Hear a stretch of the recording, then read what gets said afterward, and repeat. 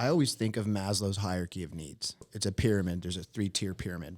And at the bottom of the pyramid, it's the dog's basic needs. So food, water. I mean, it's human basic needs too. Like food, water, oxygen, shelter from the elements. And then we skip the middle step and we go straight to affection, right? But the middle step is so crucial. Think about your kids. The middle step is structure, rules, and boundaries. And if you do it in that order, your dog's gonna have an easier time with you. Affection's not a bad thing. It's just, it should be something that is earned. This that go and get it, with no hesitation.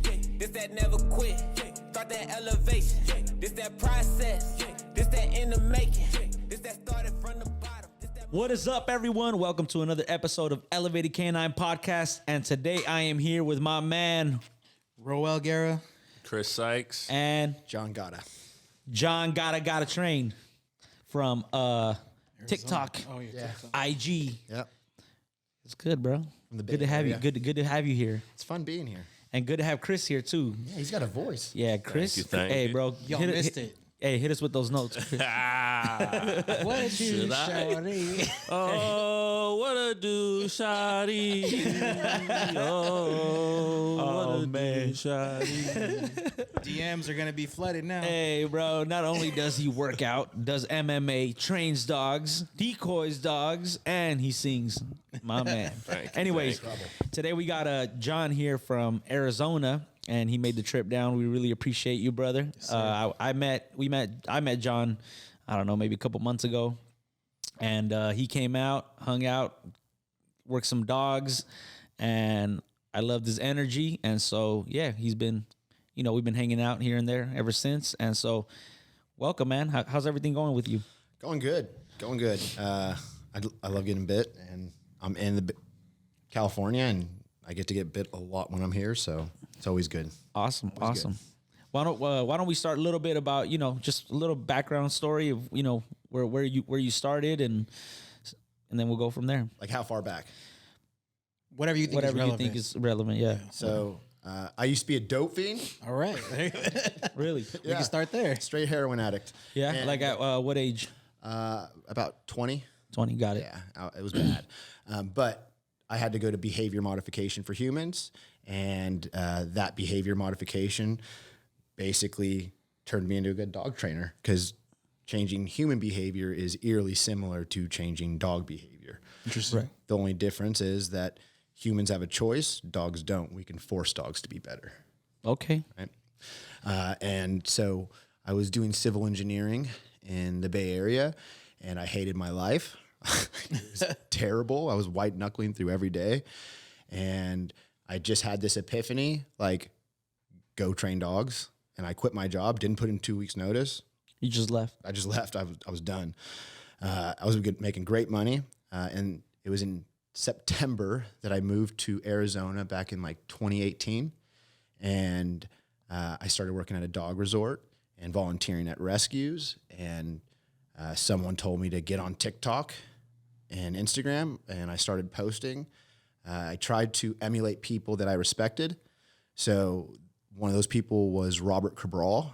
He was no nonsense. He just spit it like it was like it was supposed to be.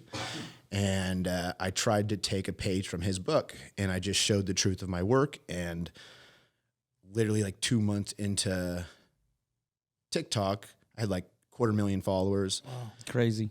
TikTok reaches out, asks me to do a partnership with them. And then from there, my account just kind of blew up.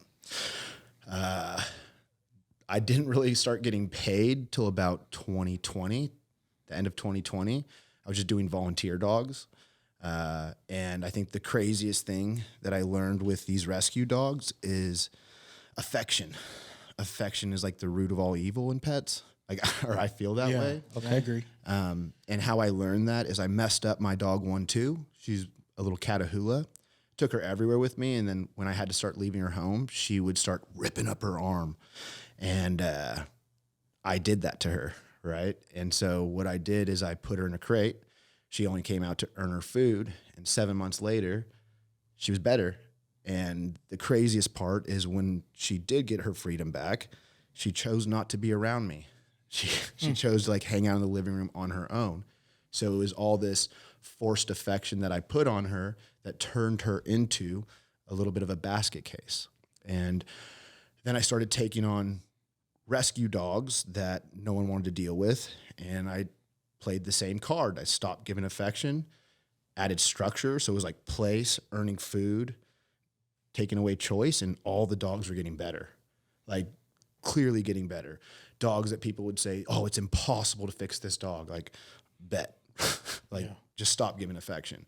And people think you're a monster for saying stop giving affection, but it literally changes the game.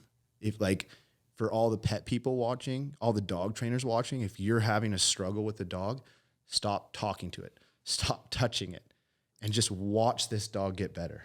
Do you think it's where, like, it's not about not giving affection, but where you place that affection? Or you think just that in general, eliminate all affection?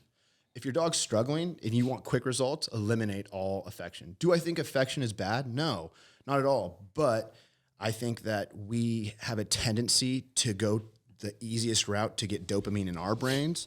So you think about scrolling through social media, scroll. There's hope that the next video is going to be good. So we keep scrolling.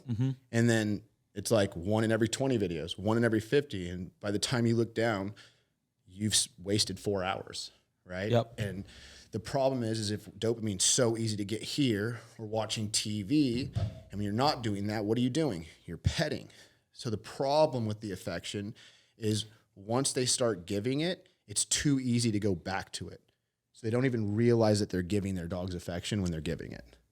So Interesting. I think that having them take a hands-off approach for a little while, they start to see, oh my God, why am I giving affection? Oh, I didn't even realize it. Right. And when they start to see that, then they start to think, right? Am I giving dogs affection in the wrong moments? Am I giving it to them when they're doing bad things? And is that why they're having these bad behaviors? Yep. What do you think about that, Chris? I agree with some of it. I agree with especially the last part is like a lot of people give affection when affection's not needed. You're reinforcing behaviors that you don't even realize you're reinforcing. Like if the dog's growling at someone and you're telling them, no, it's okay, it's good boy, and you're going and petting the dog, you're reinforcing that behavior, and it's building on top of the problem already. So I totally agree with that. And I also think with certain dogs, depending on the dog's temperament or just who the dog is in general, some dogs have the personality where they could be pet and then they're more independent and they want to be away from you after. Right. With dogs like that, I feel like it's okay, but it's to a certain extent. But if you're always baby talking the dog and you're always coddling the dog, then it creates that separation anxiety or that anxiety in general to where the dog's not getting what he wants, and then the dog starts to train you instead of you training the dog. Right. So if you're not petting the dog and then the dog begins to bark or the dog begins to show a behavior that will cause you to pet him. Yep. So it's like things like that. Yeah, things like that. Definitely. We started experiencing it with our golden doodle, man, because bro, it feels good when you pet your dog, you know? Yeah. And we made him a little bit now he just like walks up to you and with his head, he just like bumps your hand, wants you to pet him all the time. And most of the time the kids will start petting him and do whatever. But now if I leave him in the backyard and he knows we're inside, he'll start like clawing at stuff, trying to bite stuff. So now I got to stop that. So we got to go back to like, hey, we're going to ignore him a little bit when he comes in. And that's, I mean, and I'm a dog trainer. I can see it. You know what I'm saying? But yeah, he started chewing up on my my wood doors outside. I'm like, and then he got hurt. He hurt his lip. That was $600 at the vet. And that's how problems that's how problems get started. And it did start because we give him too much affection. We're a little too crazy with him, getting him all amped up when he comes into the house, and he begs for affection, and we give it to him. Not just me, but everybody else in the household. So definitely, I agree with that. I think when you place affection in the wrong places, you'll create a freaking a basket case, man. And he's a good dog, but yeah, definitely. Separation anxiety is getting in there, and I need to stop it. It's always our own personal. Yeah, and John's not saying not to give any affection at all, right? He's talking about dogs that maybe have already gotten too much affection. What's going to help them to be a little more independent is to stop giving it to them. Right. But, and those problems we create out of love for the dog. And the engagement is separate from the affection that he's talking about. If you're engaging with your dog and you're training your dog and you want to praise your dog for something that you do want to reinforce, then I believe that's okay. But if you're always like I said, coddling the dog, or you're just overboard with it, then it becomes a problem later on. I always think of Maslow's hierarchy of needs, right? I don't know what that is. Talk to Okay, us. so it's a pyramid. There's a 3-tier pyramid. And at the bottom of the pyramid, it's the dog's basic needs. So food, water. I mean, it's human basic needs too. Like food, water, oxygen, shelter from the elements. And then we skip the middle step and we go straight to affection, right? But the middle step is so crucial. Think about your kids. The middle step is structure, rules, and boundaries. And if you do it in that order, your dog's going to have an easier time with you. Like the behaviors that you're struggling with are going to suddenly, right? It's affection's not a bad thing. It's just, it should be something that is earned. Yeah. That's like, What's it's it not- called again? Maslow's hierarchy of needs. I like it. It's so if like a client's having struggles, like you have a kid, right? Kid's a spoiled, rotten brat. He gets his food for free, gets his water for free, he gets this and that for free, and all his toys are free. All his like watches TV whenever he wants, never has to answer to anybody, and then you just love him for everything that they do, right? Even if it's messed up stuff, you just love them. And that kid is going to struggle as it develops in life because it never learned structure, rules, and boundaries, right? Like it's so crucial for our human children. Why are they going to school? To condition them to be good workers. Yeah. Like they have to raise their hand to go potty when they're in elementary school, right? Yeah. And the whole thing is, yeah, they're adults now and they can go potty where they want when they want, but they still have to ask for permission for a day off. Do you get what I'm saying? It's all conditioning. And if we condition those rules and structure, whether it's human or dog, the human and dog will get better with that structure, rules, and boundaries. I almost feel like there's like a negative attachment to those words for some reason now.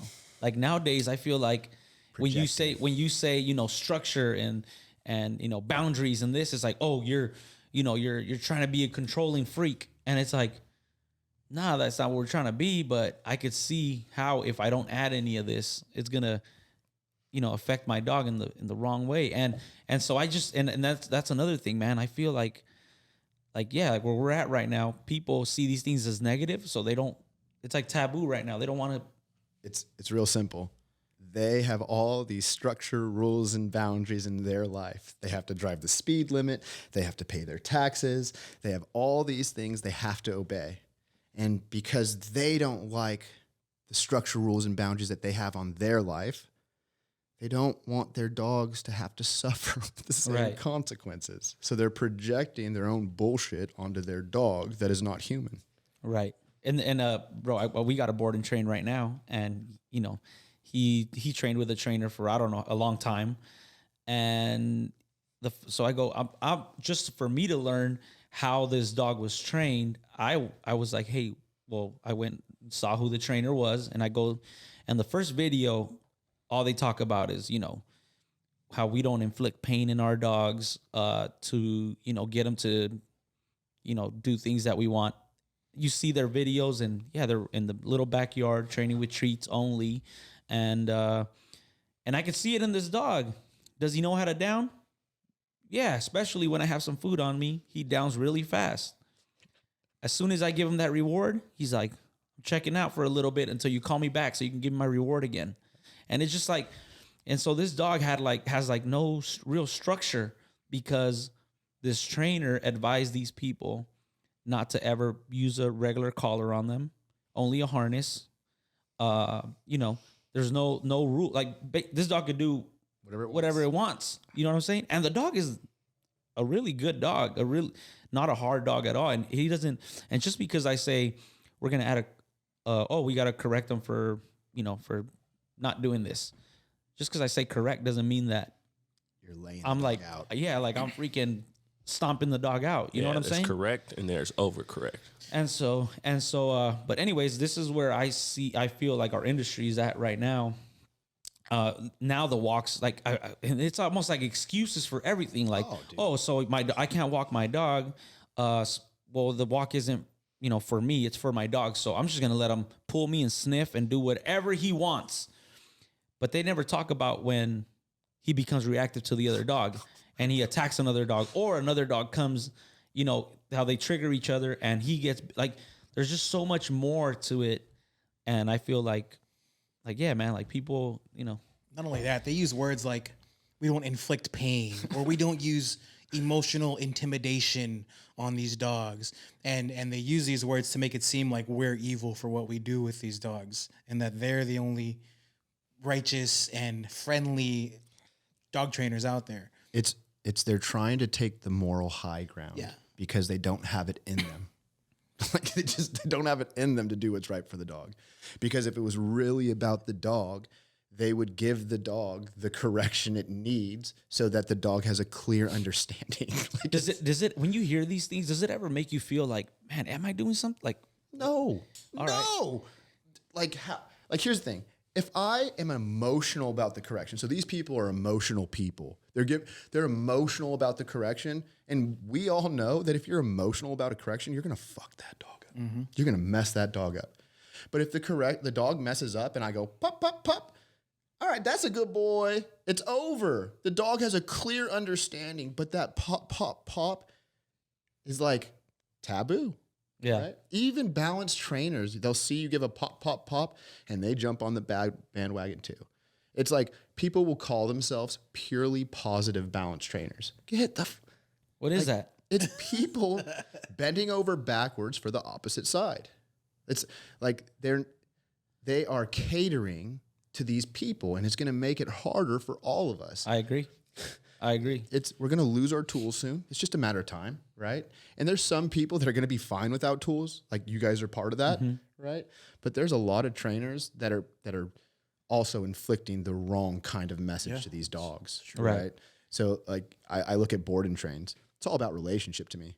It is not about just cranking the dog up. Yeah, let's go a little bit deeper into that. What do you think are some of the well, first of all, you've done fair enough of board and trains, right? Yeah. What are some mistakes that you have seen in the past that you have done that later on you changed? So I used to try to do 3-week board and trains and 4-week board and trains. I would correct the dog. I would rush through the important things. And today, I no longer will do a board and train less than 6 weeks. I don't. If people don't like it, I don't care. Like, and I tell them, even with a 6-week board and train, if it takes me 8 weeks, it takes me 8 weeks. I'm not charging you extra. Yeah. The thing that's so important to me is those first 10 days. I don't have any expectation of that dog for the first 10 days that it's at my house. He's with me. She's with me.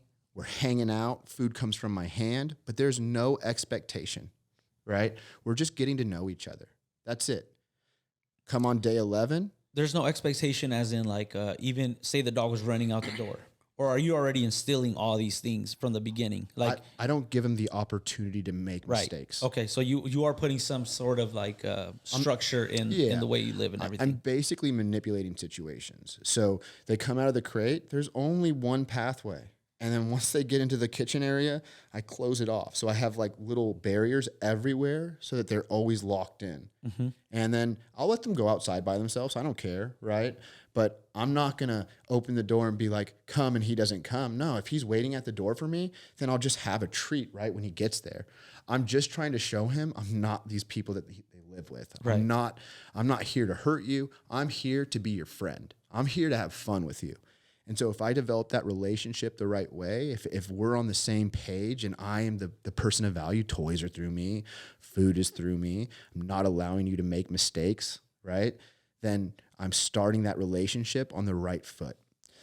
Then on day 11 or so, I start adding my markers, right? So I start with the release, terminal marker, break. And I walk away from the dog. The dog has to chase me pretty much. And the harder he works to get to me, the more I expect from him. And I do that for about 4 days.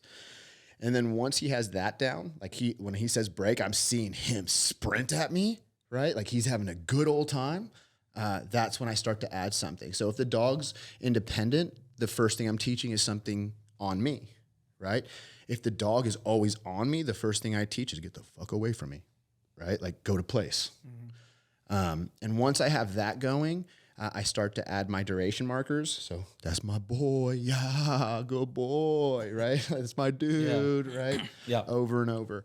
And from that point, the training goes really easy. I just don't like rushing it. I know I could get it done in 4 weeks, but I don't want to do that because the more time I have with the dog, the better chance that the transition home's going to go better. 1,000%.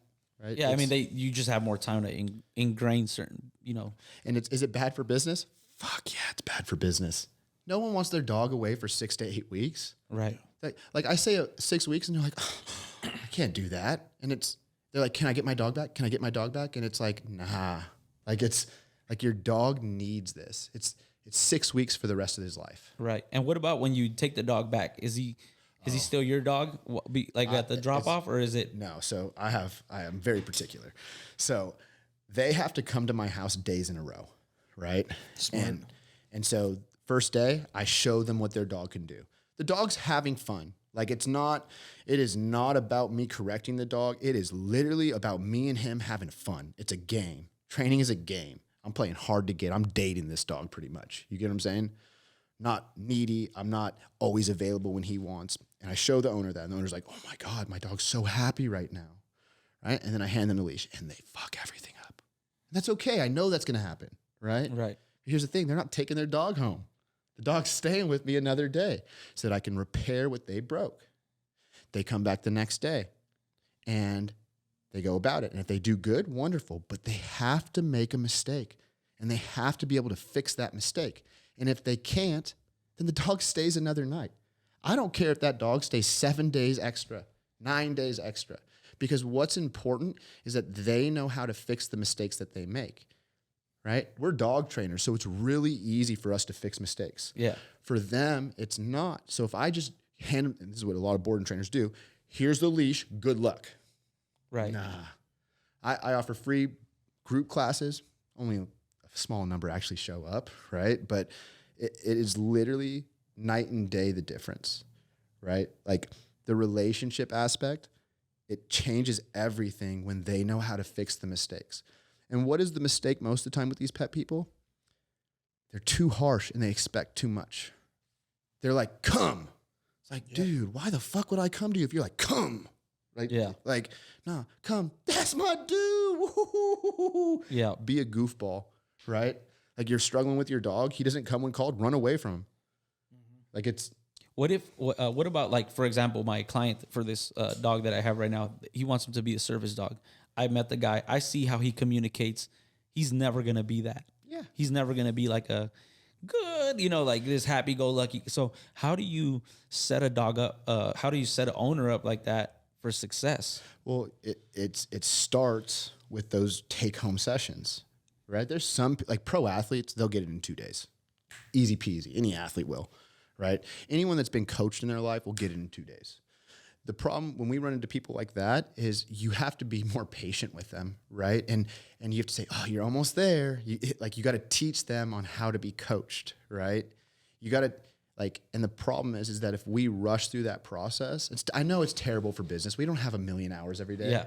right? But I have found that my business keeps getting better and better as I do it this way because people see their dogs are happy. Yeah. And I don't really mean it like in a way of like he's not coachable. I think he's coachable, but I'm just saying, like, for example, somebody that has a very monotone voice and then somebody He's that got to learn. This is like, here's the whole all right.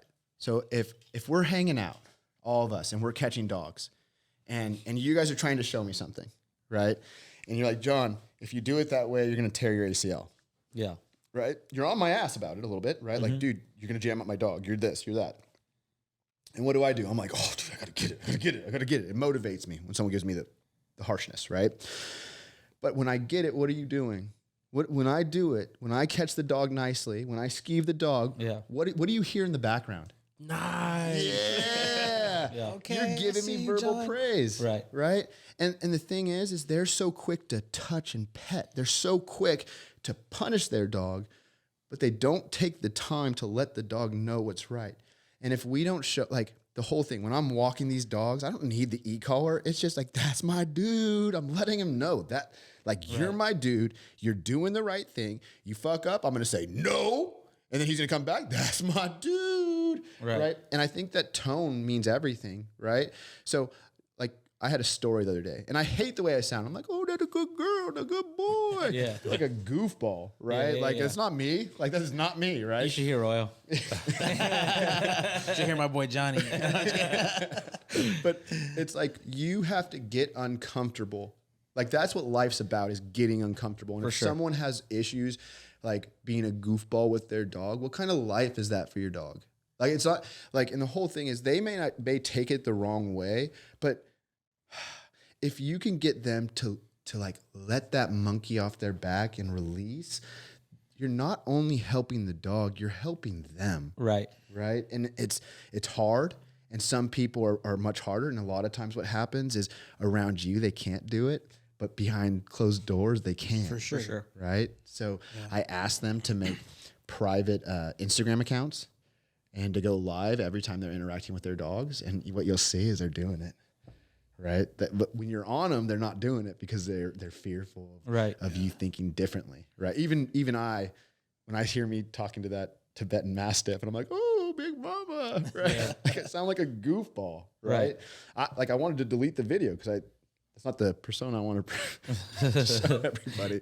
But It's funny because I put music on a video yesterday because I was doing that shit. But do you think that's going to be necessary for the length of the dog's life? Yeah, dude. I mean, dude, look, if you're always serious, right? Like me and Boof, if I'm always serious with him, it's my ego that's expecting him to be perfect. Yeah. Like, he doesn't, you motherfucker, like, get down. Like, that's Yeah. my fucking ego. Nah, dude, like, if I have fun with him, he does so much better. Right? If I'm always just like correcting, it's not like, if I'm like, no, then there's conflict between me and my dog. And people cannot let go of, they hold on to this. Their dog messes up and they're like, oh, this fucking dog. And they're holding on to it for so long. The dog's already let it go. Right? And then they miss opportunities where the dog's trying to play to de-escalate things because they're always so fucking serious. Right. Well, are you that way with every single rep, with the excitement and the voice, the influx of your voice and stuff? So if the dog's not mine, yes. Got it. Right? If the dog is not mine, I'm so sense. good at it. Yeah. But if the dog is mine, I do struggle with it at times, right? Because I know he knows. I know she knows. So that's the hard part. Yeah, I guess I struggle a little bit with it because I agree with a lot of it. But for example, I mean, let's not go far. I competed yesterday with Rogan. I haven't had this dog for the last 4 months, We'll put video on. 3.5, 4 months, right? And the owner that has him now, he's just not as consistent as I was, and he knows, bro. Man, I was in there as soon as I walk in, I tell him to heel, and I see him look up and then look down, start sniffing around. I'm like, oh yeah, this is a different dog, a completely different dog. And you can't praise, you can't. If I say good, he's gonna be like, I'm out of here, because you have competing motivators now. He'd rather go and sniff whatever kind of shit they had out there on the grass than whatever I have at that point. Now, obviously, I didn't put in the work leading up to this competition, so this is why it looks like that. But if I'm consistent for 2 weeks before, this dog understands that when I say something, he's supposed to do it, and when he does it, he gets paid, and we're consistent. He does it, right? And it has nothing to do with my voice, because it has more to do with whatever he can get, because he's opportunistic on whatever he can get. He don't give two shits about my voice, bro. And I yesterday I was like, he's out of it. But if I would have had a ball there, it would have been a completely different dog. Environment dictates behavior. And so what I'm saying is, like, with these owners, right? How do we set them up for success? Well, first of all, we need to teach them how to properly correct the dog when he doesn't do what he's supposed to be doing. I don't think it's so much ego. And again, it doesn't mean be hard on the dog, but literally down, he doesn't down, grab the leash, pull him into a down. Hey, you're supposed to do it. It has nothing to do with, being hard on the dog, but I think it comes down to like black and white. Hey, when you ask the dog to do something, he does it. Good. When he doesn't do it, make sure he does it. Yeah. Over and over and over and over. And so we just need to become consistent on these things. You know what I'm saying? That, and I also believe that expectations from pet clients are unrealistic. Well, they think it depends on the client, man. It sucks because a certain type of client feels like they always get things their way. And when they get their dog back, it's supposed to be a robot. Yeah. And it's like, bro, like this dog has been eating from me, has been interacting with me. You've been biologically fulfilling that dog. And yeah, and now you want that just because you say, come, sit down with me, go to your bed, that he's just going to be a robot. And it's like, nah. And that's why, for me, it's important for our trainers to understand that it's not all about the session. They do this session, bro, where the dog does everything. Yeah. But what about when the dog is not in a session? The dog is just sniffing, hanging out, playing with other dogs, and you tell him to down. Is he going to do it? Probably not. Probably not. You don't have And the those, relationship. and to me, and so how do you set a dog up to listen in that environment? Well, you need to definitely have some type of reward that he really values, whether it be going to play again or something that you have, whatever it is, and you work slow on leash, right? He's playing, you tell him to down, he doesn't do it, you help him, he does it, you pay if he wants food. If he doesn't, then you tell him to go play again. And all of a sudden, you have, but it requires reps and it requires you training in that type of session. So I have a question. How many different toys do you have for your dogs? Man, I can play with whatever I bring out. Okay. So I found that most dog owners have a million toys for their dogs. And because they have so many options, the dogs don't really care about any. Yeah. Well, I don't think it's supposed to be about the game, not necessarily the toy. The game with the owner. Yes. So, and that's where the value comes. And sometimes people try to force their game, how they want to play with the dog, onto the dog. And the dog's like, yo, this is bullshit. Like, you're shoving a toy down my throat. I never get to win. Yeah, like you shove a toy down my throat. You're literally like shoving it into my mouth. I don't want to play, bro. Like, but if you watch the dog and see what he enjoys, whether it be how you see two dogs when they play with each other, what do? When one of them wants to play and the other one doesn't, this one has a toy. He brings it close to him. He'll like kind of like act like he was trying to run away. He runs away. The other dog chases him. But what does he do again when this dog ignores him? He comes back and he tries to taunt the dog. Like, and I'm not saying every dog, but a lot of dogs play like this. So if we see how they play, then we can figure out what can you create. Like with Guapo, he could bring the toy to me. All I have to do is touch his head and he shakes his head. That for him is very fulfilling. That's a game for him. Or I could play tug. He shakes his head. He wins it.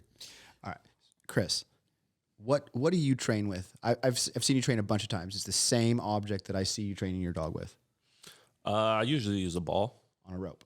Yeah, a ball and a rope. And that when that ball comes out, right, it's the most exciting thing in the world for your dog, For sure. right? And I do believe that owners never make something exciting.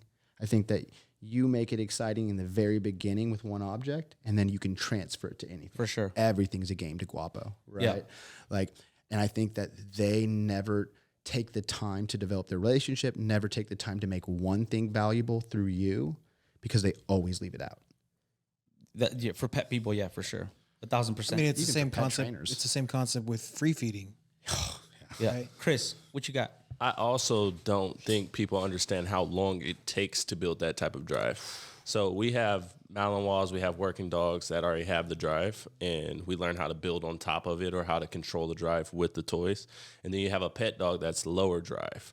And kind of like if we go back to what we were talking about earlier, don't lose your thought, Chris. Don't lose your thought. If we go back to what we were talking about earlier about I lost it. Vocal praise, emotional praise. Okay, so the dog's not as drivey, right?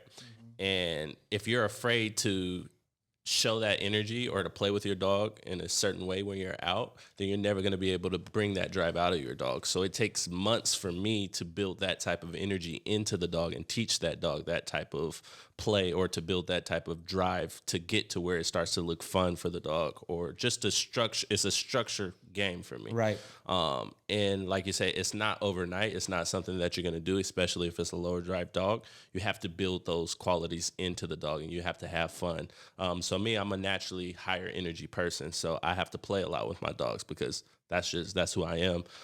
So I've even had times where I've started dogs off and it's too much energy for the dogs, and then you create anxiety, or the dogs are screaming for the ball. I think if you take that toy and you play and you just make it fun for the dog every day and do short sessions and put the dog up, over time you're conditioning the dog to act a certain way when the toy comes out. Yeah, 1,000%. Yeah, so I think most of it is like people are expecting a lot out of the dog by doing a little bit of the work.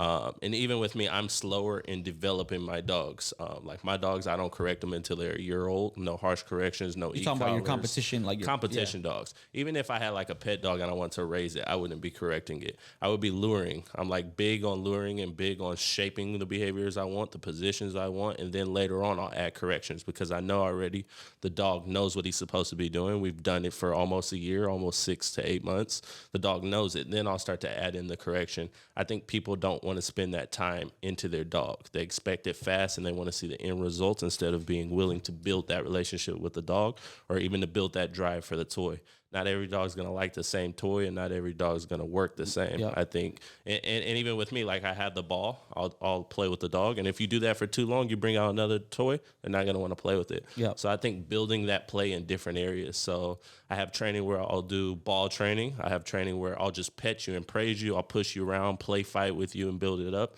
And then later on down the road, when you're an adult and you understand those games individually, then I'll start to add them into play. And it's all a routine too. So I don't know, it's a little different for me. I think if you want a better looking dog and a better end result, you have to put in the time, and you have to do it for a very long time to get where you want to go. If you're looking for that flashy type of dog, or that dog that has that bond with you, then you won't need a leash. You won't need to add the pressure. You don't need to add corrections, because the dog knows it and he's happy to do it. I think if you structure the dog to be the way you want, I think it'll turn out in the end. But it's time. That's money right So- there. That's so- money for everybody. Obviously, we shift around a little bit from like competition to pet dogs because that's what we're involved in. But I mean, when it comes to the pet dog stuff, I think it's if you really think about it, it is not that hard. It is not that difficult if you set your feelings aside and you know, because again, like what John was talking about earlier, don't give so much affection where it's not needed. And you are going to avoid a lot of issues. And while you're doing that, you're setting up a structure within your home. You could work on what Chris was talking about, which is the play, different ways of play. This could be done outside in your yard during free time, and create this 5-10 minutes a day Ritual. 5-10 minutes a day where your dog understands that this is the time where you guys are going to have fun and you learn how to play. And then you have the obedience side of it, and then you can mesh it all together. You could literally go, I'm going to tell you to sit. I'm going to bring a ball out. I'm going to throw it around. I'm going to proof my sit. You did great. I'm going to come back to you. Boom, we play. That is how you start teaching dogs how to hold a sit when there's something that they really want. Why? Because you created this game, which is the big reward that they're looking forward to, and then you can put a structure to it. And within the home, you set, what is it, the Premack principle? Hey, before you get to do this, you have to do this. Before you do this, you have to do this. And you do this every single day. And I think that is the way that you could live somewhat peacefully with your dog. Have you heard of the blue ribbon emotions? Nope. Okay. So the blue ribbon emotions are fear, which is environmental, anxiety, which is panic, rage, which is aggression, and then the seeking state, right? So what's happening is when the dog is managed properly, every time they come out, like with what you were saying, the dog's in a seeking state. You were just saying seeking state. And then basically you build on that. So like I like using place. So place is somewhere where there's hope. Because every time they go to place, we get to earn food. We go on a walk after place. We play a game after place, use nose after place. And so those blue ribbon emotions can really help you if you are willing to manage your dog in between. Right. Right. And it's like you're saying it without saying it, but like you bring your dog out and you're playing and literally it's in a seeking state every time that you come out. And then you said it, you put the dog away. Everyone has a problem with putting their dog away. Right. And it's you put it away because you want the dog coming out in that seeking state every single time. Temple Grandin, you guys know who she is? No, I don't. Dude, read Animals in Translation or Animals Make Us Human. Those two books. What is like the base of like if you were to, talk about it in 2 minutes? 2 minutes. So basically animals that are at like slaughterhouse animals, animals at zoos, proper treatment of those animals, like their emotional states, right? So, for example, like a lot of, like say pig farmers, she has this chapter about pigs and how the pigs wouldn't go into a room. And the farmers would just like cattle prod them in and like kind of like really be harsh on the pigs to get them in. And then they hire Temple Grandin, and she comes out there and she's looking at everything. And then she realizes, because she actually gets down to the pig's level, that the pigs won't go in there because it's a dark room and the reflection of the wet ground, because pig farms are always wet. The reflection makes it impossible to see inside the room. And that's why the pigs weren't going in. So by putting rubber mats down, I believe it was, that they got the pigs to go in like that. Like she's very talented. That is in a nutshell, like dog, like how do you deal with dogs? Like you see what they want and how can you get it done without adding. When I get home, bro, I'm gonna be on all fours. Seriously, it's but context. I mean, bro, it's like my dogs, they sleep in their crates at night inside the house. I know that like at night they're running around. They know that when I come out and I call them, they come in, each one to their crate. Why?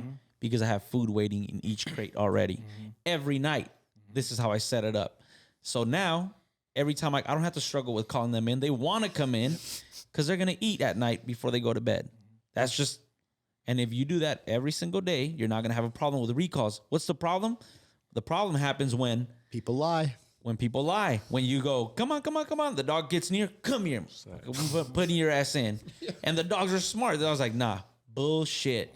I know you want to put me in. But if you just outsmart the dog, you're not going to have those issues. It's conditioning at its And finest. this golden retriever that I got in, he I was like, oh, he knows like the game. What does he do? Like as soon as I would call him in, he would turn around and he would walk away and he would lay down over there. And I would walk up to him. Guess what he would do? He'd roll over, start like acting. And I'm just like, all right, cool. I'm going to work on. That's one thing that I know the owner struggles with because I could just see it. I'm like, so that's one thing that I'm going to work on so that he doesn't do that all the time. Yeah. And how? There's something here. There's money here. Come here. And not every time you're going to go in. Maybe you're going to come to me. I take you on a walk. Then I come back and you just got to break that chain of expectation. Like he's expecting something, but that's not what's going to happen. Something else is going to happen here. And I'm going to add a positive right there so that, he believes that something good is always going to happen with me. It kind of reminds me of like fearful dogs, like going back to the pig thing. Like there's sometimes you'll open up a crate and the dog's just sitting in the crate looking at you, or sometimes you want the dog to go in the crate and the dog just freezes and they're looking at you because they're in fear. And sometimes just your body pressure is what's causing that dog not to want to choose that route. So sometimes the easier route for us, which seems simple to us, is not what the dog's seeing. Maybe you're standing over the crate, maybe you're hovering over the door where they have to run past and they're already fearful of you or fearful in general. And sometimes you can just switch your body to the opposite side, maybe to where the side of maybe to the side where the door is actually open, or just shift from the left side of the crate to the right side of the crate, and the dogs will run in freely. So a lot of it too is learning how to read the dog and see those things, and not getting frustrated when the dog doesn't do it. And like you say, if you get frustrated and you try and go into the little catching game, you're just creating a bigger problem to where the dog's like, yeah, that's bullshit, I'm running away. A lot of it too is just trying to outthink the dog, or just think from the dog's point of view. Like, how is this dog feeling? The dogs are so low on the ground, and we're so much taller than the dogs. If you pay attention to the fearful dogs, they're always looking up at you. Yep. So like reading them, just moving around, trying to make an easier route for the dog, and not something that you think the dog should be able to do. It's so interesting you bring that up, because even like I'm new at catching dogs, right? Like it's like been like what, 7 months, right? And so I found that when I'm facing the dog frontal and the dog's coming, there are some dogs that have a lot of conflict being on your bicep, but by simply turning and giving them the tricep, it makes it easier. But what happens is you see it, even I do it, I'm looking at the dog, conflict. A lot of pressure. Yeah. Mm-hmm. Whereas if you just turn your face away like that, Yep. the dog has no problem. Yeah. And you can build confidence. So it's literally exactly what you're saying. And that's that. I mean, if we talk about decoy work, that is literally how you become a better decoy, is by learning these things, like seeing these things. Some people think that by adding more, whip and this and that, the dog's going to bite better. But in reality, they might be adding more conflict. Yeah. Or giving the dog its feet. Yeah. Who would have, I was always told, walk backwards, right at the beginning. Mm-hmm. And then it's like, that works. But I have found now that if I give the dog the feet, the dog punches in so fast. Yeah, for sure. Yeah. Let me go back a little bit to what you guys were talking about, like the fear or whatever, like dogs that are in fear. It's amazing how many people, including myself, I've done it in the past. We're trying to get a dog that is fearful to understand something when he's in that mental state. And so I want to talk a little bit about what your thoughts are on it. I feel like if we could get a fearful dog to play and get out of a little bit of that fear, it'll be a lot easier. How you come about that, I don't know. Some dogs, I'll bring another dog in that's confident, and that will bring the dog out. Healthy pack. And I'll get them moving a little bit, and now I could teach a little bit better. So many trainers, man, it's like... You got to force them through it. No, wait. So many trainers feel like they have to get it done, and they rush. And I seen a dude put an e-collar on a dog. I'm gonna zap the dog. The dog is just going nuts, and the dog now comes to him. Oh, this is the safe place because the pressure stopped right here. So while the dog is now fearful, now he's like, I'm gonna stay with this guy. And what do you see? He'll stay next to you. He'll be walking around tucked. When you disappear. Like literally does not want to be on this earth because he's afraid of hot lava turning on. And so, yeah, that's a big issue that I see right now. And it goes back to like with us, with Elevated, I tell, if you feel like we're not going to get it done, tell them we're not going to get it done in this time. If you want, we could give them back or leave them for much longer, because, and it's under promise, over deliver always. I have something to say big time on this. Let's go. I brought it up at the very beginning. I used to be a dope fiend, not just smoking weed or something. I was doing heroin. Yeah. Right. And let's just be real. I went to rehabs that were 30 days long, and that didn't help me one bit, because I went right back to my old lifestyle the moment I left rehab. I had to go to a level 6 behavior modification that took 2.5 years to get better. Really? Yes. And so everyone's in such a rush to get it done in a month, and they crucify dogs for it, just like they crucify it. They cut corners. And unfortunately, when it comes to behavior, we have to address the emotional state before we start addressing the dog's obedience or anything else. And that could tie into that one question that we were asked. Does reactivity actually go away? So here's what I tell people. If the dog comes to my house, the dog's not going to be reactive with me. Total different dog. Right? I could get that dog to be happy as shit all the time. The problem is I'm going to bring it back to you, and if you go back to your lifestyle, you're going to have an issue. I had this trainer, his name's Greg. I can't remember what company he's from, but like he said something, and it was, your dog will come to a board and train, and it's either going to get better or worse depending on what you do when the dog gets there. And it's the biggest truth in the world. Like if you have a behavior, it doesn't matter if it's aggression, fear, anxiety. The dog can get better if you follow your trainer's advice. Understand that behavior, if it's not with us, if the dog's living with us, the dog will be better in a month. Let's just be real. Like if it's one of us, the dog's gonna be better in a month. Yeah. The problem is it takes so much longer to condition good habits. And the people that are unwilling to condition those habits, when shit hits the fan, the dog's gonna resort back to old habits. And that's why it's so crucial to do different. It's so like people are like, oh, I want this aggression to disappear.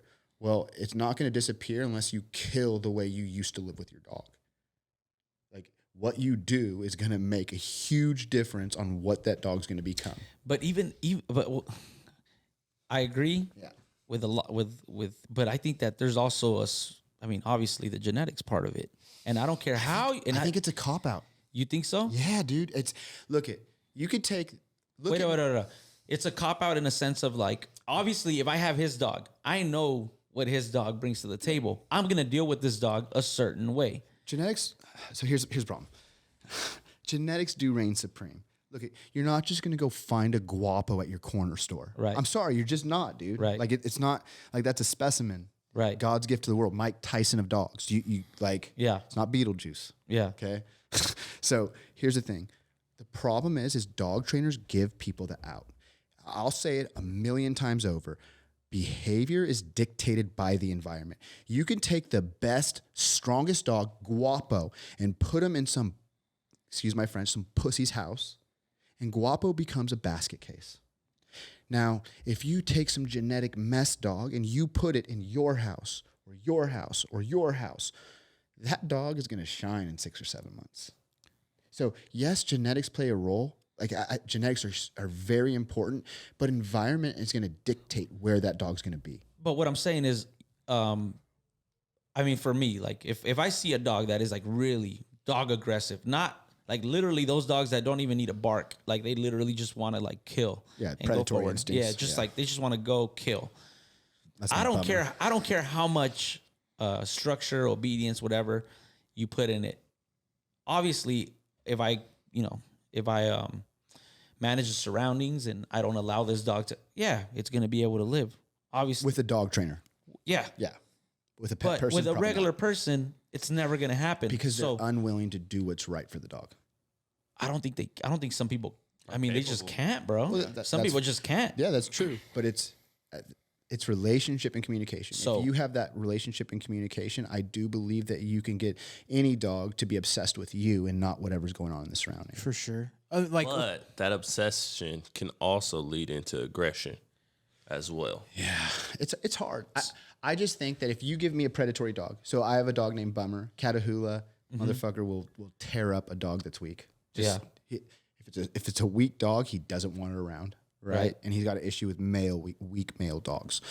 Now, if you had that dog, he'd be fine, right? I could have him around any dog if I'm home. If you were with Bummer, you would be fine having him out all the time. But the moment that dog goes into a weak home, a weak person home, it's not going to work. So that's what I'm saying. So genetics. I mean, genetics are genetics. Then. But genetics are genetics unless you have a strong leader in the house. yeah. So what you're saying is it's manageable. It's manageable. It's like Bummer hates Creasy at my house. They fight. Yeah. I can never leave them alone. Yeah. But if I'm outside, they're fine. So I believe that if you have I've dealt with so many shithole dogs that are trying to eat other dogs and kill other dogs, that have killed other dogs, that have maimed humans, right? Yeah. And I would say that of the 96 red listed dogs that I've pulled from county, 8 of them I've had to put down. 8. The rest, who are monsters, are manageable in the right homes. Yes, but could you leave them alone without you being? No, dude. That's That's the not point. what I'm saying. That's So, the point. so that's what I'm talking about. That's yeah. what I'm talking about. Genetics. Like I'm like, yo, you can't change genetics. You can't. could change. But leadership and environment, you can. Yes. Look at Yeah, Oscar. you can, but you can't because that's always. It's all right. It's like this. If I know how to speak Spanish. Yeah. I could come. I could be here in the United States, not speak a word of Spanish my whole life, Be fine. and be good. And then this dude walks in. Hey, ¿cómo estás? Muy bien. what am I gonna do in English? No, I'm gonna speak in Spanish because it's something in me. Conditioned. It's in me. So what I'm saying is, Environment dictates I hear you. behavior. I hear you. And while you could, okay, You guys are both saying the same thing. I don't think that's my point. okay. So, well, what I'm saying is, that it's always gonna be in me. So at any moment, it could pop off.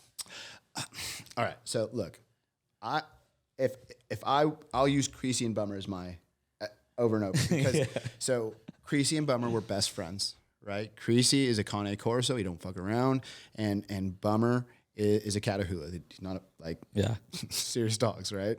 And they never had an issue. I left. There was no proper leadership in the home, and they got in a fight.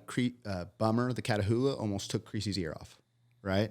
Now, it took me a couple months to get the relationship repaired when I'm home, but never, ever again can I leave them by themselves. I opened a can of worms, Right. right? And the struggle is if I go outside with them, they ain't touching each other because I'll lay them the fuck out. Yeah. Like it's not that I have to hit him, right? I could literally say, hit the deck, and that both dogs are laying down. Do you get what I'm saying? Yeah. Because if I see something pop off, I'm going to, like as a dog trainer, it's not going to get past level 2. Yeah, I hear that. I completely agree with Yeah. that. The problem I 1000%. have with genetics, and don't get me wrong, I understand, like Corella is genetically strong as a puppy. Like she's special, right? In my eyes.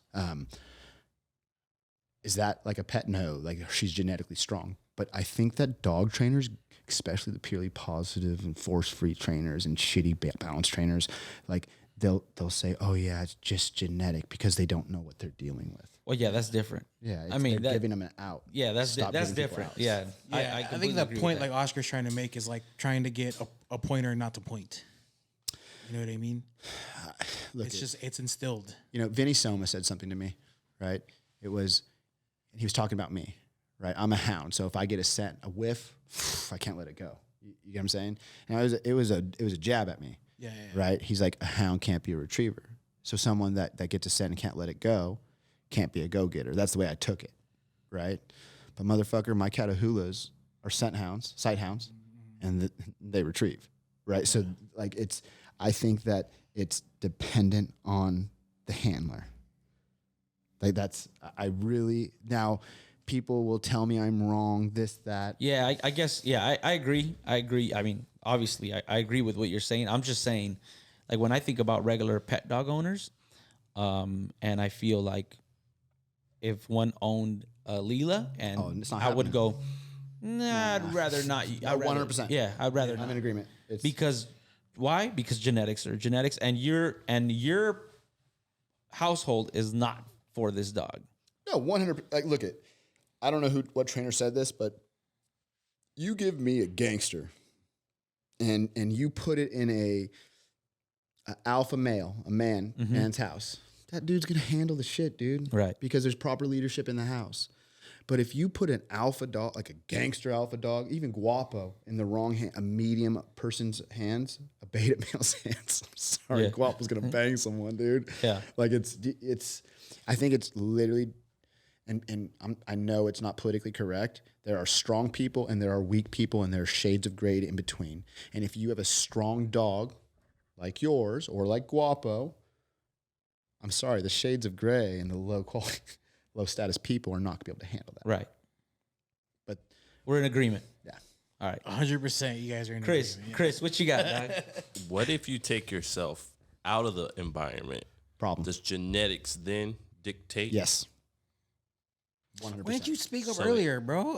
I gotta take Because there's not proper leadership. Yeah. So exactly. So leadership is what is controlling the dog. Like you said, I've dealt with a lot of aggressive dogs and real serious dogs too.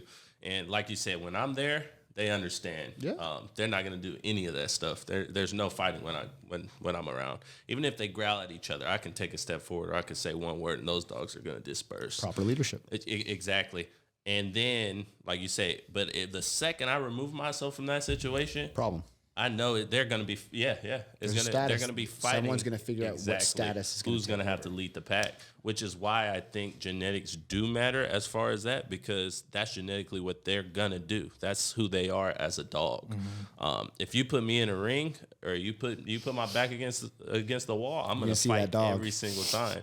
But if my back's not cornered, I'm cool. I can be as cool as can be. Another person, you put their back against the wall, it could be a different different animal for sure. So I don't truly think that these problems can be fixed, but like you said, leadership, the correct leadership with the right person, yes, you can control the dog, but that problem's never going to go away.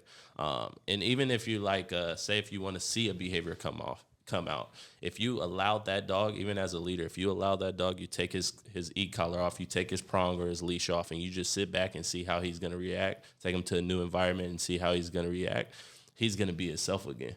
If you don't say any words to that dog and you don't verbally correct the dog, or you're not in the picture, that dog's going to revert back into what it's naturally supposed to do, what its genetics are. And that's why I feel like I don't think these problems are fixed, but I think you can, like you said, they're manageable, but I don't think they're fixable. Oh, I'm with you.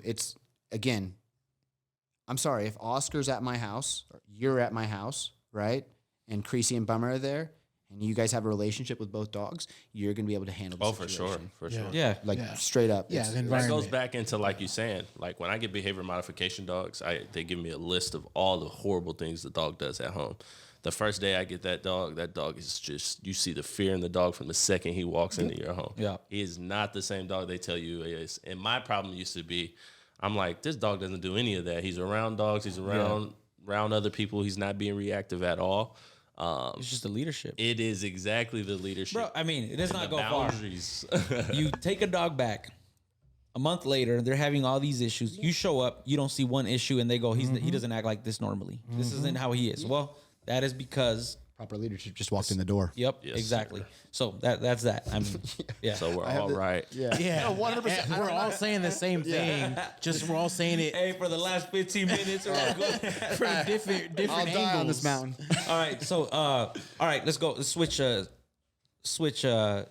topics a little bit. What is one thing right now that you feel that is something going not the right way in our industry right now? Victim mentality, straight up.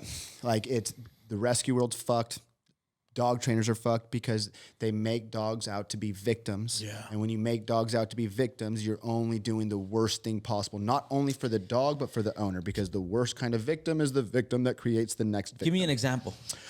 A rescue. Oh, this dog's been beaten. It's been beaten. He was a bait dog. Senseless. It was a bait dog. And then this dog's a gangster, right? Like straight gangster, right? So they put it into this nice family home, and the nice family home's thinking, oh, this poor baby, baby. And then what happens? That dog, real quickly realizes, I'm king shit of this house too, Yeah. right? And what ends up happening is they're like, oh, I don't want to use a crate. He's been stuck in a crate his whole fucking life, right? Yeah. And then what happens is they didn't sign up for a gangster, dude. They didn't sign up for a fucking monster. They signed up for a happy-go-lucky dog. And rescue's lying and saying that this dog was beaten, telling the sob story, sets owners up for failure. Over and over. I see it over and over. Like there's rescues that are like, oh yeah, she's fearful until you put the dog with other dogs. So then these stupid asses, like the rescues, tell that to people. The people are like, okay, I'm going to go to a dog park because this poor baby needs other dogs. And that poor baby tears up another dog. Yeah. Now you just created 3 more victims. Yeah. I mean, we see that all the time. And it's the same thing in the human world because the dog world is a microcosm of the real world. Right. Victim mentality, right? It's not doing anyone good. Feeling bad for things. And it's almost like something that just keeps happening, Yeah. keeps happening. It's a vicious like, circle. Yeah, it's like you, you're always the victim of every situation, and you never take accountability for any of the things that You've done. you've done. So you said dog trainers are fucked as well. Is that due to what's being brought to us, or are dog trainers contributing Dog to trainers the are victim mentality? Look, you know why though? Because social media, Yes, bro. dude. It's like Seriously. if you add, a sad story, like I could literally get any dog and be like, I found this dog on the freeway. He almost got hit by a car. He almost got hit. He was a bait dog. My tia. Watch. Someone stabbed him. Bro, it's serious. Watch how I transform this dog's life. And I add this song behind it. Dude, yeah. That just like tugs at people's strings. And I'm just like training it. And then all of a sudden he's like a well-trained dog that is going to get a lot of views and a lot of likes. And it's just going to feed the monster in me. Yeah, because your ego feels so good when you get those views. Yeah. And I think that is a big thing going on right now. You know what I'm saying? Seriously, dog trainers are like, here it is. I get calls for people that are like, their dogs are eating each other, right? Like it's a dangerous situation. And they're getting guarantees from trainers that they're going to erase aggression. They're guaranteed. So genetics. Guaranteed it. So you're talking about genetics. Hey.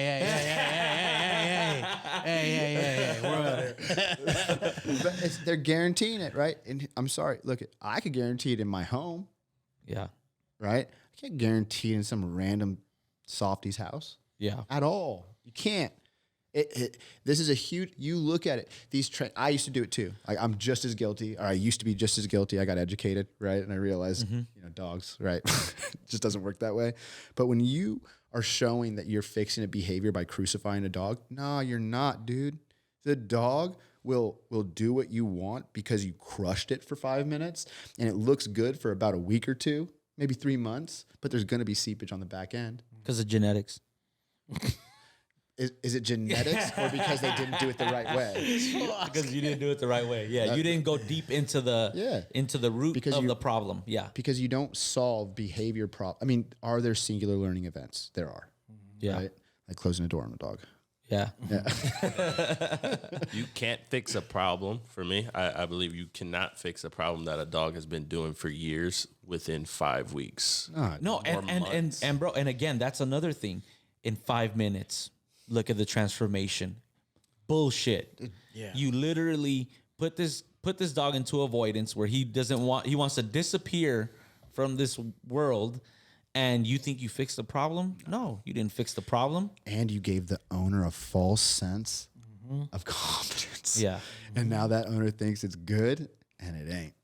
Yeah. Because the owner is not the dog trainer. No, you're setting them up for failure, man. I mean, that's literally all you're doing. Straight up. And this is what we're up against. There are trainers out there, and I would say the majority, I would say 95% of trainers out there, right, that are doing this kind of thing, right, to get that quick result, right? And then people think, oh my God, he's a genius. They used to say it about me. And then I realized, so I'll give you an example. One time this dog went out, right? And it's German Shepherd. Nothing, I mean, trainers have been lighting this dog up with prong collars and e-collars. Nothing's working. So I come in there, I'm playing tug. I step on the dog's foot. The dog lets go. I throw the ball. It worked. Like, I thought, dude, I'm a fucking genius. I'm a fucking genius, dude. Yeah. No one's thought of this shit before, right? No one. It worked once. Well, it worked. And I'm just saying it worked in that moment, right? But did I see the dog 2 years later? What, like, if the dog wouldn't out then because it's possessive, genetics, Right. Right? Like, what happens when you step on that paw and that dog bangs someone, right? Yeah. Like and I'm not saying that's what happened. I'm saying there's fallout for every decision that we make as a dog trainer. There's fallout. For every action, there's a reaction. And no one thinks about 2 years later. Here's the thing about social media. And I'm pretty good at social media. It's really easy. Yeah, right? Get attention in 2 seconds. You got quite a bit of followers. Yeah, but the whole thing, you never see the dog 3 years later. You never see that, dude. You never see the dog a year later. And then there's people that'll like show you, oh yeah, this dog was barrier aggressive. And I fixed it in 1 session. Yeah. Fucking, like, where's the dog 6 months later? Where's the dog 2 years later? You never see that. And I think that's the huge problem. People, pet clients, have an unreal expectation because of people trying to make money, making it a marketing. Yeah.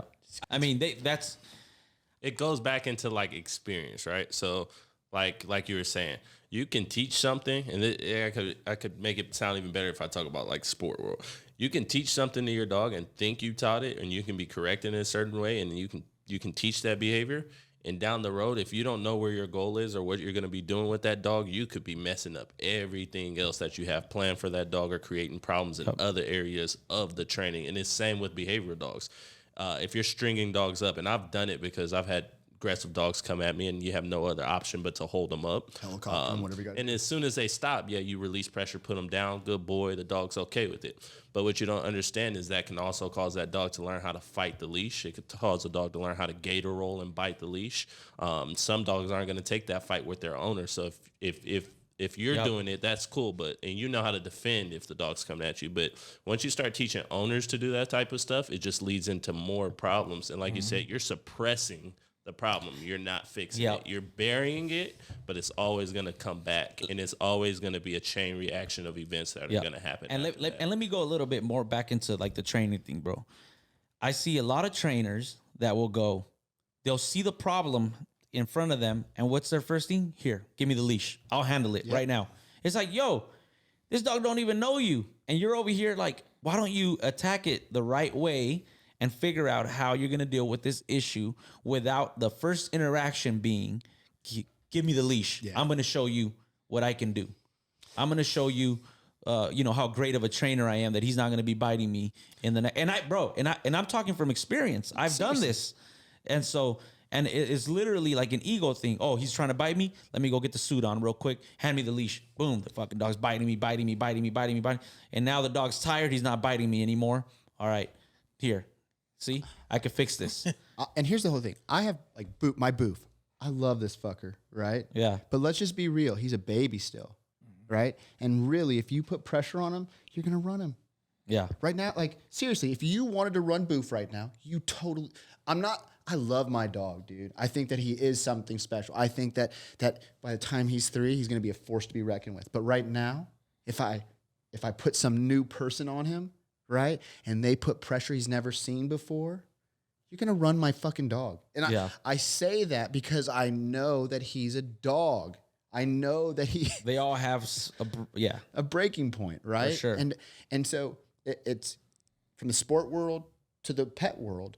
If you show the dog something that's never seen, of course that dog's like, oh shit, this guy means something. Yeah. Like it's. And you didn't prepare him for it. No. You know what I'm saying? And so why would I put why would I put my pet dog through that? I put so much time into Boof. Why would I put my Boof on that? Yeah. Do you get what I'm saying? Like, I'm not going to let someone run my dog right now. I'm very particular. I don't even pull him out 99% of places I go. Right. Like, oh, let me work Boof. I'm saying, nah, dude. I mean, you can work him. Yeah. do you get what I'm saying? But I'm not going to let just some random decoy fuck my dog up. And that's because you understand what it takes to get where you want, and you know how to get there and what the end goal is going to be. And that's what a lot of people don't understand is you have to know what you're going to do with the dog, and you have to have someone that's experienced enough and has been through enough training with different dogs that have different behaviors to be able to actually fix those problems with that dog. And it takes time. It's not overnight, and it's really a lifelong commitment. It's a lifelong commitment if you want to see a true change. It's not a fast. And not just that. I mean, like Wapple. I had issues with Wapple that I know how to work with my next dog. But my next dog is going to have a whole set of new issues that I'm going to have to learn how to deal with. So I'm always going to be learning something, and I'm always going to be making mistakes. I want to bring this up real quick. That's Oscar Morris saying that. That's Oscar saying that. If you think you know everything, you don't. You don't, dude. Like the more you learn, the more you realize you don't know. And if you hear someone that's great talking about that, and for check your ego. and for our trainers out there, like guys, like I mean, do yourself a favor and just get out there and learn more. Don't think that just because you're saying it on TikTok or whatever. And bro, I have a small sample size. When you first start off, when I first started off and I was doing great with all these aggressive dogs, I was great, 59 for 60 dogs. Right. Right. So it gives you this false sense of confidence. But when you realize that you're actually making mistakes, right? When you really need to check your ego at the door, which is the problem in this industry, ego. When you're willing to check your ego at the door, you can finally start becoming an actual dog trainer. Be a good human. I mean, I have to be a good person. I mean, at the end of the day, I still have a problem with, posting something and it, like, me thinking it's gonna do well and it doesn't, and it does hurt my ego a little bit, and I have to check myself, like, yo, bro, like, why are you even doing this? Why are you doing this? Is it for that, and then you come to realize that those things don't really matter, man. Like, it's the dogs that matter. And when you start taking care of that, everything just starts falling into place. The right people are going to want to hang out with you. The right people are going to want to be a part of your team. And everybody sees it. The clients see it. And the most importantly, we see the results with the dogs. Seriously. There's times even with me, like in Arizona, where I'm thinking, why aren't these people coming to me? Like, Right. like, why aren't they coming to me? I can see I'm making dogs better. Like, it's Right. like, it drives me absolutely insane. And it's like that conversation that we had, right?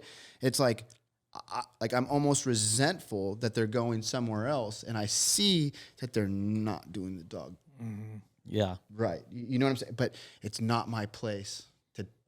Nah. What can we do? I mean, like, then you got to see, what am I not doing? What am I not doing that's not bringing these people to me? And then that's where we got to get better in, in other areas and stuff. It's like sometimes I'm a little bit too abrupt in what I say. Like a little, like there's telling the truth and then there's being, I have the same problem. it's. I have to get on my boy Roel over here from time to time. Like, hey, bro, chill out, dog. Like, Chris too. He was like, bro. I told him, I was like, just tell me, bro, when I'm saying something stupid. I'm the same way. and now I have hung out enough with him, but I know his look, bro. Like, I see his eyes, like the way he's like, when I'm like, oh yeah, like he's like, Royal's about to get heated right now. Royal's about to say something right now. I was with a dog trainer going to his appointments, right? And I walk into the house and I'm like, holy shit. I didn't say hi to the client yet. I'm like, your dog is so overweight. It's like, Oh man, this is sick. Like, this is abuse. Yeah. Like, and like after the appointment, the trainer's like, dude, John, like, yes, you were right. But like, say hi first. yeah, bro. Yeah, you definitely got to say hi. You got to learn how to say things a little bit. And yeah, I mean, we could go. Yeah, you as a trainer, you also have to care about. I mean, we have a bad review because one of our trainers told a client that the dog was being a jerk, and she put that on the review. She gave us 1 star because the trainer called this dog a jerk, and I'm just like, Come on, dude. Like, come on. like, I mean, she really got that offended about, and that's not your dog trainer. You're like, no, so I have to. So what do? At first I was a little upset with the trainer, like, bro, like, you got to read the room, like, who can you say things? But then I'm like, nah, this is like, she has a problem. Yeah, she can't take criticism. She can't even take him saying that the dog is being a jerk, even if the dog wasn't. Like, bro, that to me is like, hey, it's a red flag. and so I'm like, whatever, like, it could have been worse. It could have, That's another thing, is thinking about how long it takes. So if you look at Oscar's dog, if you look at Guapo, if you have to think about how much time and work he's put into that dog and how many years it took him to be a champion, that's the same way you should be looking at your pet dog. If you want your pet dog to succeed and be the best type of pet dog with the best type of training, then you're going to have to put that same amount of training in. We didn't do this overnight. It was years of work, years of grinding. It's the same thing with the pet dogs. It's years of conditioning and raising a dog just the same as you would raise your child. You don't go to preschool and then school ends after you graduate preschool. You're going to continue to go to the next grade level, up and higher and higher. And whoever's going to stick around and put in the work is going to be who's going to be on top. Boom. And who's going to get the answer that they want. that's it right there. This camera is straight racist towards you. I know, bro. Every time you talk, bro. So there's a lot of pet dog trainers that hate on sport dog trainers. Yeah. Okay. And I think that when it comes to the sport dog world, if you are just some enthusiast that has one dog, then yeah, I agree with you. But these people that are in this game thick, right? You couldn't touch them on your best day. So stop talking shit. Yeah, I mean, I've gone to a few, I've worked with a few pet dog trainers, and I see some of the results, and it's very, it's very to me, man. Look, Do you want to go to elementary school? Go to a pet dog trainer. You want to go to like a party chief, a crew? Go see a sport protection dog trainer. here's the thing, but even with sport protection dog trainers, I mean, yeah, there's some things that they might not understand that the pet dog does, the newer ones.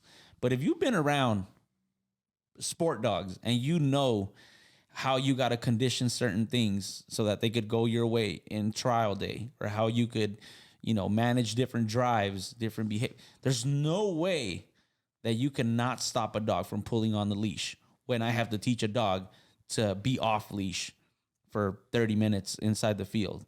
Like there's no way around it. And it's crazy to me to hear that these trainers say that, but then I go watch their page, bro, the dogs are shut down. Yep. You're literally just overcorrecting dogs over and over and over again. Like, nah, but it like Prong collars on every single dog. On everything. And you don't really understand marker training, like, or drive channel. Like, I mean, so to me, it's crazy, man. And again, there was this trainer years ago. He kind of threw a little bit of a jab, and he talked about like which some of the top trainers in our industry, with Michael Ellis, Bart Bellin, Ivan Balabanov, and he was basically saying like those are sport dog trainers. Nah, those are dog trainers, and you are just trying to get some type of validation one way or another without actually working for it. And it's cool. Some people get it through, their social media and all their followers, and other people Talking shit. and other people enjoy. Nah, bro, hey, you're out there hustling, bro. You're out there getting the work, and other people don't. Other people, they're happy doing what they're doing. And you know what? If their clients are happy, whatever. It is what it is. So I actually heard something about Ivan Balvanov and how he cloned his dogs. Did he? I don't know. I don't know. I never heard. So I heard that he cloned a dog, or they cloned a dog, and it was a champion dog, like God's gift to the world dog, and then the other two that were cloned were not that. I don't know. Yeah, I'd never heard of that, but I mean, I could see that happening, and not from him, but I'm just saying in general. Like if you clone a dog, I don't know. It dictates behavior. Yeah, I think I read something or heard something about dog cloning where it'll look like the dog, but it's not the same dog. Yeah. Environment dictates behavior. Yeah. Genetics are genetics. Genetics are genetics. Environment dictates All right. behavior. Anyways, hey, I have one question. yeah. If you can change or if you could do one thing for the pet industry to help it, what would it be? I would help people realize that everything's not perfect, and you're going to have to go through trial and error to get to where you want to be and to get the behaviors you want. And not everything is what you see on camera. Edits are edits, and it's different from real life training and fixing problems. That's an elevated trainer speaking facts right there. He's coming with the fire today. I would say don't compare the dog in front of you to the dog you see professionals handling, because you could get to that level with your dog, but some dogs may not be able to get there, by the same age that dog is. Going back to what you were saying, so I would say learn to have fun with your dog. Yep. Stop expecting so much. Yep. I said that on the last one. I was like, man, you gotta, just have a good time with the dog and enjoy the dog for who he is, not for who you want him to be and who you expect him to be just because of whatever ego breed he is or whatever. But outside of that, I would say for my trainers out there, try not to put so much on yourself, so much pressure, kind of what Chris was saying, because you're looking at everybody else. Take your time with it. Know that you're going to make mistakes. That is how you become a better trainer, by making those mistakes. Without you making any mistakes, I don't see you growing as much. I have gone, even not just in dog training, but in the business part of it, we've gone through some things that, that were hard, that we had to go through. And now I look back and I'm like, man, that was a tough situation, but I am thankful for that situation because I believe in God, and I believe that God made me, he put that into my life to make me a better man and help me deal with the future problems that are going to come at some point in a better way. So that is my, my thing that I want to put out there. So, God bless us all. Yep. But hey, man, I appreciate you coming out, bro. It was a great talk. I know this ain't going to be the last one. I'm sure we're going to have you on here again. Chris is I think we're probably gonna make Chris one of our regulars here because he just he brings spits knowledge. Yeah, he brings so much to the table, and I'm blessed to have him part of my team. And my guy Roel. If it wouldn't be for Roel, this thing wouldn't even be happening. So, anyways, good. See you guys on the next one. Appreciate all you guys. Chris, you want to add anything? He's gonna start singing. I knew it. Elevate your game. Oh, yeah. Elevate your life. Don't drink Coke and don't sip Sprite. Oh, snap. I see my baby tonight. All right, bro. Hey, remember, guys, elevate your mind. Elevate your canine. Let's get it. That's fun, dude. Let's get it. This that go and get it. With no hesitation. This that never quit.